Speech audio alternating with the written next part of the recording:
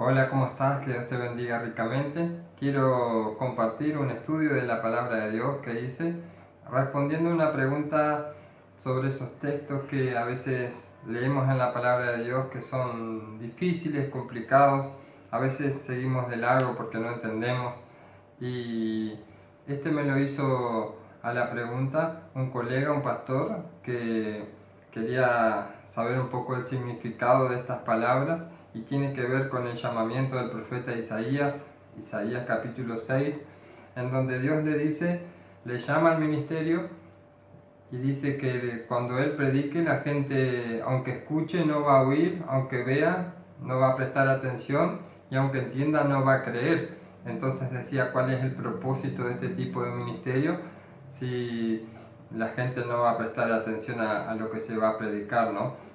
Son esos textos que a veces no comprendemos.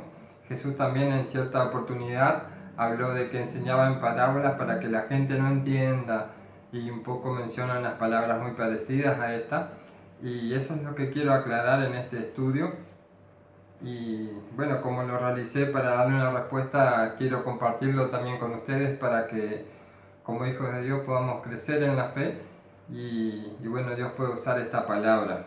Vamos a dar lectura a Isaías capítulo 6, versículo 8 al 11 y dice la escritura, después oí la voz del Señor que decía, ¿a quién enviaré? ¿Y quién irá por nosotros? Y entonces le respondí, heme aquí, envíame a mí. Y me dijo, anda y di a este pueblo, oíd bien y no entendáis. Ved por cierto, mas no comprendáis. Engruesa el corazón de este pueblo, agrava sus oídos, cierra sus ojos, para que no vean con sus ojos, ni oigan con sus oídos, ni entienda su corazón, ni se convierta, ni haya para él sanidad. Y yo dije, ¿hasta cuándo, Señor? Y respondió él, hasta que las ciudades estén asoladas y sin morador, y no haya hombre en las casas, y la tierra esté hecha un desierto. Qué palabra tan fuerte para iniciar un ministerio, ¿no? Con toda la disposición el profeta le responde que siga el Señor al llamamiento y el Señor le da luego las características. Y acá lo que tenemos que entender es que cuando dice engruesa el corazón de este pueblo, Dios no estaba diciendo con esto que Él iba a operar por encima de la voluntad de cada persona, que no iba a forzar la libertad de decisión para que el pueblo lo entienda, sino que Dios le estaba aclarando ya al profeta en su llamado que lo que iba a pasar, porque Dios conoce el futuro, Dios ya sabe cómo vamos a responder, Dios ya sabía quién iba a responder al mensaje del profeta y quién no. Entonces, en esa dirección es esta palabra, engruesa el corazón, porque el profeta iba a predicar, pero Dios ya sabía que el pueblo no iba a prestar atención al mensaje profético de Isaías. Entonces, ¿para qué predica, no? Bueno, la respuesta está en el versículo 13, que dice, y si quedare aún en ella la 10ª parte, esta volverá a ser destruida, pero, y acá está la salvedad en el pasaje que da la clave de interpretación a este texto, pero como el roble y la encina, que al ser cortados aún queda el tronco, así será el tronco la simiente santa. Es decir, que había un pueblo, dentro del pueblo, una parte del pueblo podemos decir, que sí iba a creer. Así como cuando uno tale, corta el árbol y que queda el tronco, dice, pero de ese tronco puede salir un renuevo y puede nacer otro árbol. Entonces, eso explica, ¿no? Esta palabra y quiero ver cómo se explaya luego. En el capítulo 10 vemos un poco, Dios le profetiza a Isaías lo que iba a ser el juicio sobre el reino del norte, que era Israel. Israel en este tiempo estaba dividido en dos reinos, Judá, el reino del sur, en donde estaba Isaías, y Israel era el reino del norte, y el Señor utiliza al rey de Asiria para invadir el reino del norte, para atacarlo, para juzgarlo, pero se lo anuncia primero a Isaías. Y dice así esta palabra, capítulo 10 de Isaías, versículo 5. Oh Asiria, vara y báculo de mi furor, en su mano he puesto mi ira. Es decir, que Dios iba a usar al rey de Asiria para castigar al pueblo de Israel por no escuchar al profeta. Y después el versículo 12 dice del capítulo 10, pero acontecerá que después que el Señor haya acabado toda su obra en el monte de Sión y en Jerusalén, castigará el fruto de la soberbia del corazón del rey de Asiria y la gloria y la altivez de sus ojos. Versículo 15. Se gloriará el hacha con el que con ella corta, se ensorbecerá la sierra con el que la mueve, como si el báculo levantase al que lo levanta. Lo que está dando a entender acá es que el rey de Asiria se enorgulleció o se iba a enorgullecer y se iba a poner altivo por haber llevado cautivo al reino del norte, al reino de Israel. Y luego de juzgar a Israel con el rey de Asiria, Dios también juzga al rey de Asiria mismo, porque creyó que por su poder él podía haber hecho eso, y dice que Dios usó de su ira a través de él. Entonces también lo va a juzgar. Y después que Dios juzgue al reino del norte a través del rey de Asiria, después que Dios juzgue al rey de Asiria provocando su caída, versículo 20 y 21 del capítulo 10, dice, y acontecerá en aquel tiempo. ¿En qué tiempo? Cuando Dios juzgue ya al rey de Asiria por su soberbia.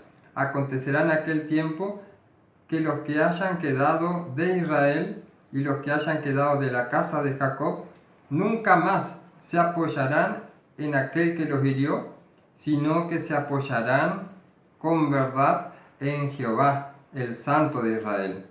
El remanente volverá, el remanente de Jacob volverá al Dios fuerte. Amén. ¿Qué está diciendo acá? Después de todo el juicio y el castigo, el remanente va a volver. Es lo que Dios le estaba diciendo a Isaías en el capítulo 6, cuando lo estaba llamando, ¿no? Lo que él recibió, la palabra de su llamado, era una descripción de lo que iba a pasar en el futuro. Entonces, esto explica un poco por qué el Señor dice que iban a escuchar y no iban a oír. No es porque Dios iba a cegar sus ojos y su corazón, sino que la palabra profética de Isaías Dios ya sabía el resultado, Dios ya sabía que ellos no iban a escucharla. Entonces la palabra profética iba a amontonar juicio en su corazón por cuanto iba a ser rechazada. Ahora quiero hacer una aplicación al Nuevo Testamento, porque todo esto que está escrito es historia sagrada, no es parte de lo que Dios hizo en la historia, pero ¿qué implicancia tiene esto para con la iglesia, para con nosotros, para con los pastores, para con la iglesia que predica el Evangelio? Y en primer lugar, acá nos auxilia el apóstol Pablo, 1 Corintios 1:21, dice que Dios sigue salvando, o en su sabiduría se propuso salvar al mundo por la locura de la predicación. Hoy Dios opera salvación a través de la predicación de la palabra. Dice, pues ya que en la sabiduría de Dios el mundo no conoció a Dios mediante la sabiduría, agradó a Dios salvar a los creyentes por la locura de la predicación. Entonces vemos que la palabra profética, la palabra del Evangelio sigue siendo el medio utilizado por Dios para hablar a los corazones y sigue provocando el mismo efecto que provocó con Isaías. Una parte rechazó el mensaje y una parte lo creyó. Esto dice Juan 3:18. El que en él cree no es condenado, pero el que no cree ya ha sido condenado porque no ha creído en el nombre del unigénito Hijo de Dios. Entonces acá vemos que cada vez que nosotros nos disponemos a compartir el Evangelio, cada vez que hablamos las buenas nuevas de salvación que hay en Cristo, es como una espada de doble filo en la Escritura. Por un lado trae salvación para uno y por otro lado trae condenación para aquel que rechaza nuestro mensaje, ¿no? Que rechaza la palabra, que rechaza a Jesucristo. Y también el porcentaje acá del remanente era un menor comparado con el pueblo. Y en el Nuevo Testamento Jesucristo lo ilustra con una parábola a cómo se va a predicar el Evangelio y cuántos los van a aceptar. Dice en Mateo 13, parte de la semilla, que es el Evangelio, cayó en el camino, parte en los pedregales, parte cayó en los espinos y parte cayó en buena tierra.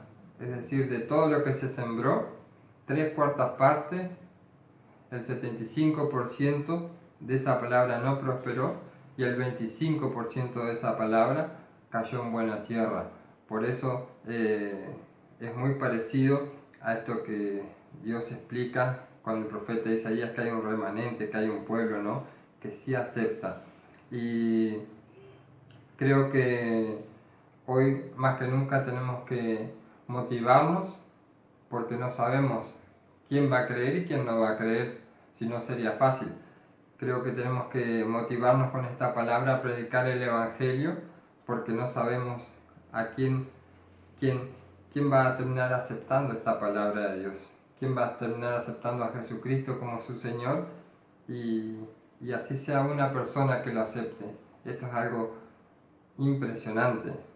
Cuando una persona acepta a Jesucristo no solamente cambia la persona y le cambia la vida y le cambia la eternidad, sino que muchas veces cambia las generaciones futuras. Por eso es importante. Y el rey David lo dijo en estas palabras: bienaventurado aquel cuya transgresión ha sido perdonada y cubierto su pecado. Bienaventurado, bendecido aquel que es perdonado. Hay fiesta en los cielos por un pecador que se arrepiente. Y dice Lucas capítulo 15, y el hijo le dijo: Padre, he pecado contra el cielo y contra ti, ya no soy digno de ser llamado tu hijo. Pero el padre le dijo a sus siervos: sacad el mejor vestido y vestidle, poned un anillo en su mano y calzado en sus pies, traed el becerro gordo y matadlo, y comamos y hagamos fiesta, porque este mi hijo era muerto y ha revivido, se había perdido y es hallado. Y comenzaron a regocijarse.